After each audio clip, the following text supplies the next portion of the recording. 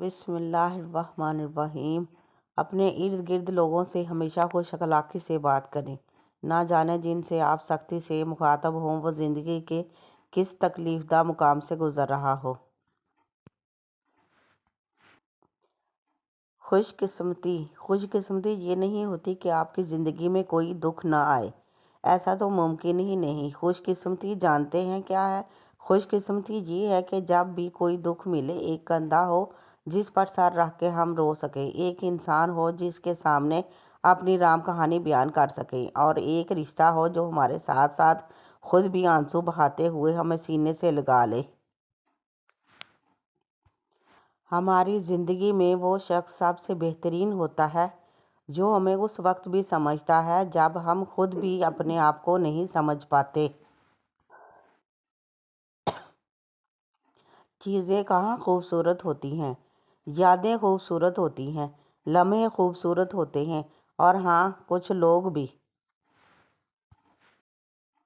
خوش رہنا سیکھو، خود سے محبت کرنا سیکھو، دوسروں میں خوشیاں مت ڈھونڈو۔ دوسروں کے سہارے رہو گے تو اپنی شناخت بھی کھو دو گے۔ پہلے خود کو تو جانچ لو، پرکھ لو تم کیا چاہتے ہو، اپنے لیے تو جینا سیکھ لو۔ یقین کرو آپ سے بڑھ کر آپ کا اپنا کوئی نہیں۔ خود کو باور کرو، ہم نے خوش رہنا ہے تو رہنا ہے، بس ہر وقت اداسی مایوسی رہنے سے اور تو کچھ نہیں ہوتا، بلکہ جو خوشیاں آپ کی زندگی میں ہیں وہ بھی نظر انداز ہو رہی ہوتی ہیں۔ یقین کریں زندگی بہت خوبصورت ہے، بس اس کی خوبصورتی کو محسوس کرنا سیکھو۔ ذرا نم ہو، بچے پالنا کوئی بڑا کام نہیں، جانور اور پرندے بڑے بہتر انداز میں یہ کام صدیوں سے کرتے آ رہے ہیں۔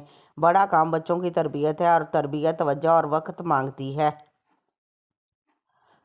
تعریف سے نہیں عمل سے۔ ہم جتنی مرضی اچھی باتیں پڑھ لیں اور اچھے لوگوں کے ساتھ رابطہ رکھ کر ان سے سنیں، جتنی مرضی اچھی باتیں کتابوں، اخبارات، رسائل، انٹرنیٹ، ٹی وی، غرض کے جہاں سے مرضی اچھی مثبت باتیں حاصل کریں، سب بیکار ہے جب تک آپ ان پر عمل نہ کریں۔ اپنی زندگی کی روٹین عادات میں ان کو شامل نہ کریں، جب تک خود کو امتحان میں نہ ڈالیں آپ کامیاب نہیں ہو سکتے۔ جو اچھا پڑھیں اور سیکھیں اس کو اپنی عادت بنانے کی کوشش کریں۔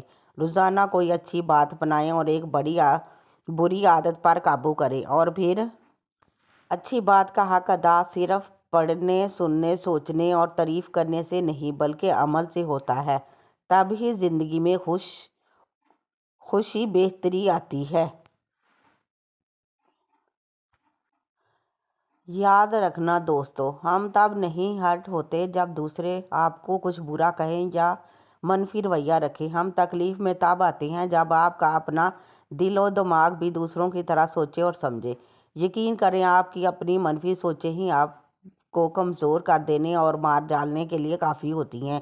اس لیے دوستو، جتنے بھی برے حالات چل رہے آپ کے، دوسروں کی طنز آمیز باتوں، مسکراہٹوں اور رویوں کو اپنے دل دماغ پر سوار مت کرنا۔ وقتی رونے کے بعد کھل کھلا کر ہنسنا، حالات لوگوں کے رویہ بدلنے ہوں تو مسکرا کر جینا پڑتا ہے، اور پھر اپنے آنسو اداسی تکلیف میں ہی مت ضائع کر دینا۔ آنے والے بہتر حالات میں خوشی شکرانے کے آنسو کے طور پر استعمال کے لیے بھی سنبھال کر رکھو۔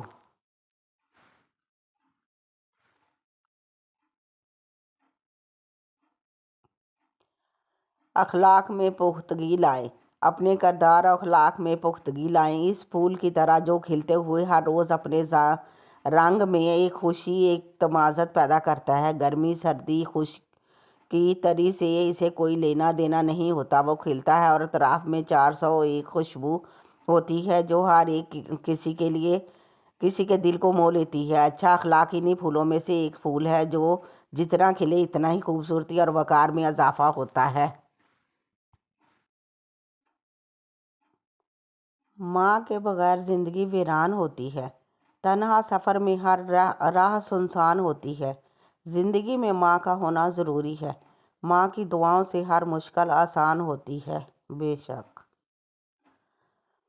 ہم سے زیادہ تو درویش پرندے ہیں، تھوڑا رزق اٹھایا زیادہ چھوڑ دیا۔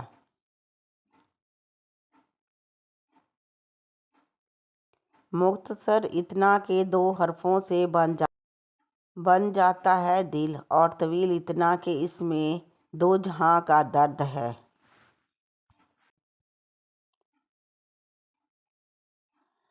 چلو ترک تعلق میں یہ سکھ تو پایا ہم نے، اب تارے نہیں کتنے گنتے، اب جاگا نہیں کرتے۔ خشک پتوں کی آواز پہ دروازے کی طرف ننگے پاؤں میری جاں اب بھاگا نہیں کرتے۔ صبر کی حالت میں آنکھوں سے نکلنے والے بے بس آنسوؤں کو اللہ مزید بے بس نہیں رہنے دیتا۔ جب تھک کر لوٹنے لگو تو سمجھ جانا کہ اب اللہ کی مدد زیادہ دور نہیں ہے۔ تمہاری آزمائش تو بس اللہ کے کن کہنے تک ہے۔ پھر کیوں ہوتے ہو پریشان؟ اس نے تمہارے ہر ایک صبر میں گزارے لمحے پر کن پر مہر لگا رکھی ہے۔ وہ بھولا نہیں ہے تمہارے تڑپتے سجدوں کو۔ اس نے تمہاری ہر ایک فریاد بہتر وقت کے لیے سنبھال رکھی ہے۔ وہ راضی ہے تمہارے ہر سجدے پر، تمہاری چاہ پر۔ جبھی تو وہ دعا کا خیال تمہارے دل سے نہیں نکال رہا ہے، تو پھر کیوں ہو گئے ہو مایوس اس سے جس نے اب تک تمہارے ٹوٹے ہوئے دل کو سنبھال رکھا ہے۔ یقین رکھو اس کے رحمان اور قادر ہونے پر۔ نصیب میں وہ رد و بدل کرنا اس کو خوب آتا ہے۔ آنکھوں کی چمک پلکوں کی شان ہو تم، چہرے کی ہنسی لبوں کی مسکان ہو تم۔ دھڑکتا ہے دل بس تمہارے ہی آرزو میں، پھر کیسے نہ کہوں کہ میری جان ہو تم۔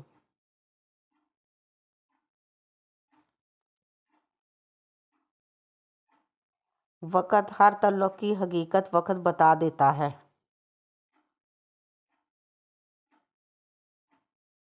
اپنے اندر برداشت پیدا کریں، معلوم نہیں آپ کو کون کون برداشت کر رہا ہے۔ ماں کے پاس جا کر بیٹھ جایا کرو، کیونکہ ماں کے ساتھ گزارا ہوا وقت قیامت کے دن نجات کا باعث بنے گا۔ اللہ حافظ۔